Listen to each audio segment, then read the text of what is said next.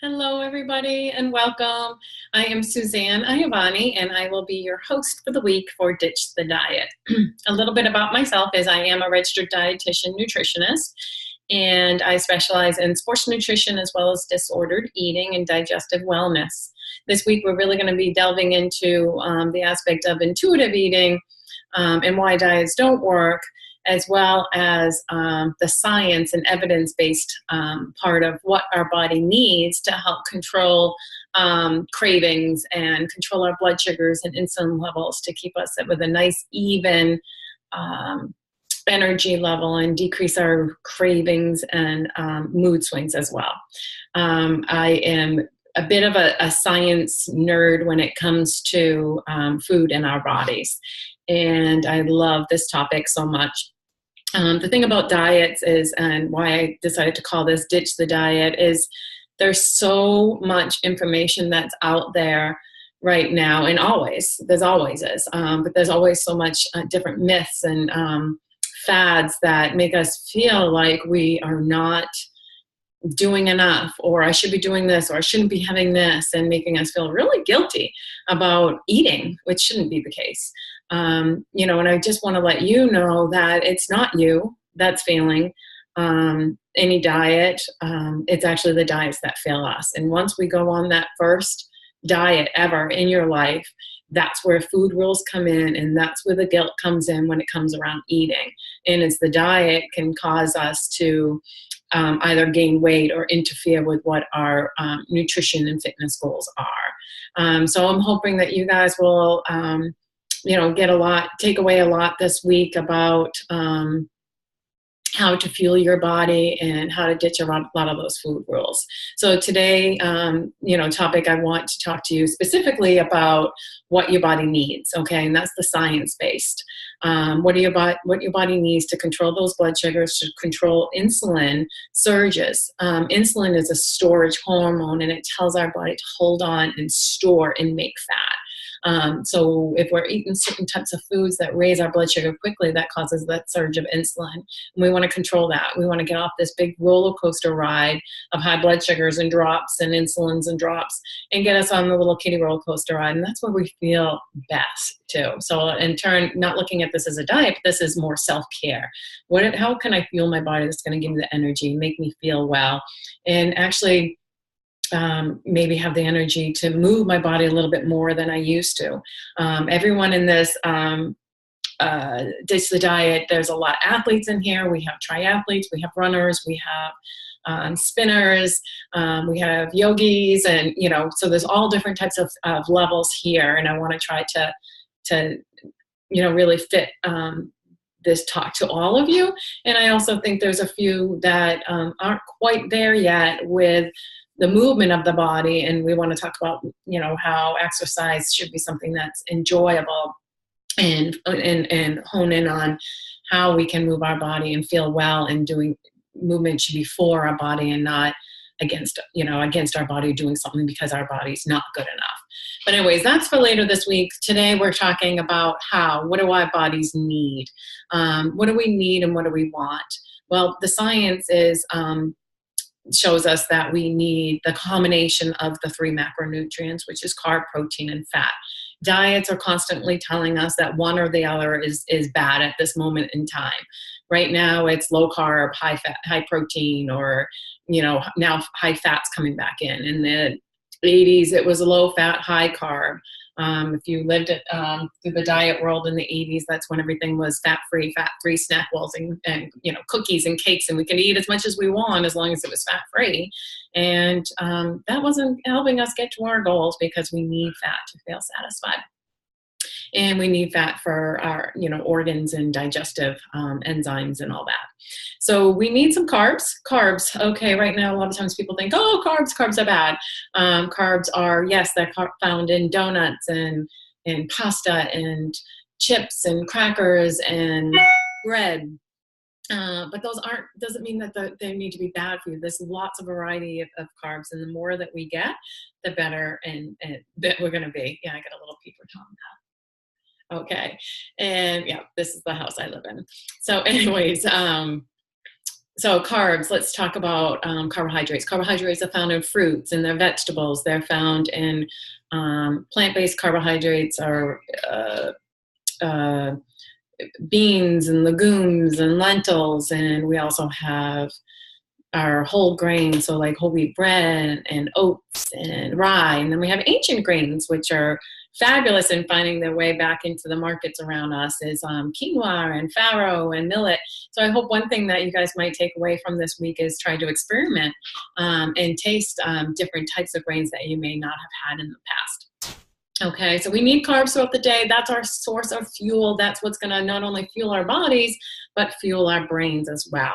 So if you feel like you're kind of walking around and you're in a brain fog, you may not be getting enough carbohydrates, okay? Or if you're having cravings later in the day and they tend to be more for sweets, usually it's because we didn't have enough carbs early in the day. We want to have those carbs. We want to fuel our bodies when our metabolism is at its peak, which is in the daytime. Okay, and oftentimes we're going through the days and we're under fueling, and that's going to come back and backfire later in the day. Okay, so let's get some carbs first thing in the morning. As soon as we wake up, we want to eat breakfast within an hour of waking up. If you tend to be an early morning exerciser, you would want to kind of give your body a little bit of fuel before you head out to train. If you're just waking up and going, give it a little bit of fuel, half a banana, a little glass of milk, a few sips of a smoothie, or protein shake with some carbs in it with fruit. That's going to give you some good energy to get through your workout and to kind of give your body that energy it needs to push hard and have a good workout without your blood sugars dropping. And then fuel after your workout within an hour of finishing. Then we want to look at proteins. So proteins are obviously plant-based proteins. We have our eggs and chicken and fish and meat, but then we have our plant-based proteins as well. So animal-based proteins and then plant-based proteins, which would be nuts and seeds and legumes and beans and all that, and tofu. Then we have fats, and I got to tell you all, dietary fat does not equal body fat.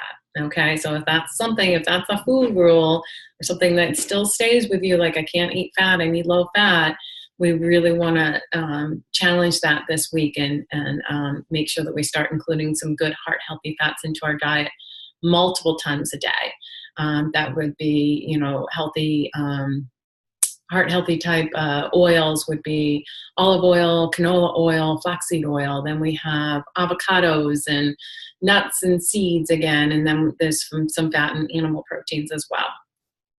So having a combination of all three of these, we want to fuel first thing in the morning with an hour of waking up, and then fueling about every 3 to 4 hours throughout the waking day. Try not to go more than 4 hours without fueling your body, because then again, that's going to backfire. If you're consistently under fueling throughout the day, and doing that chronically, that's going to slow your metabolism down. It's trying to conserve energy. You want to be a burning machine. You want to have fuel that your body's able to burn. So if we're always under fueling during the day, that's backfiring. It's lowering your metabolism. It's leaving you feeling tired, leaving you feeling groggy, having, going into your workouts less, being able to push less harder or less strong or grow further. And then it's going to backfire by the end of the day. And that's when we start to have those hungry horrors at the end of the day. I'm so hungry, I can't stop eating. I've been so good all day, I don't know why. Well, you're underfueled during the day, and now your body's overcompensating at night. That's may not be your case, but for most of my clients that I work with, that's pretty common. We're so busy during the day, and we're so structured and scheduled that we may not be packing enough or fueling enough. So carb, protein, and fat within an hour of waking up several times throughout the day, every 3 to 4 hours. So you also want to look at, I don't like to discuss, have such a focus on numbers. And in fact, I would love to challenge all of you guys this week, if you do have a scale at home and you step on that scale regularly and you let that number determine your worth, it's time to get rid of that scale. Okay, and if we can't ditch that scale completely altogether, let's put it away for the week. Let's take a break from the scale for the week and see if you can really start to hone in on your hunger and fullness and giving your body what it needs, and and not letting it determine if it's a good day or a bad day based on a number on a scale. Okay, because that's not who you are. That number doesn't define you. Okay, but the one number that I do like to focus on that I think is encouraging for people is to know, how much protein. We know that protein is important, and everyone's talking about it right now that, okay, if you want to lose weight, eat more protein. If you want to gain muscle, eat more protein. If you want to decrease your cravings, eat more protein. But I can tell you right now, if you're not eating enough carbohydrates in your diet, the protein can only do so much work. Your protein is meant to help to build and repair muscle. And if you're not getting carbs in your diet that will give you the energy that it needs for your body and your brain, your body's going to take that protein that you ate and use that for fuel instead of rebuilding your muscle stores. As we get older, our muscle stores tend to decrease, usually due to activity. So we want to make sure that we keep those muscle stores up through being active, and I'm hoping that everyone will find that joy of activity throughout this week and make sure that it becomes a part of your daily lives, as that movement is a wonderful thing, and we should be doing it for our bodies and not to our bodies, okay?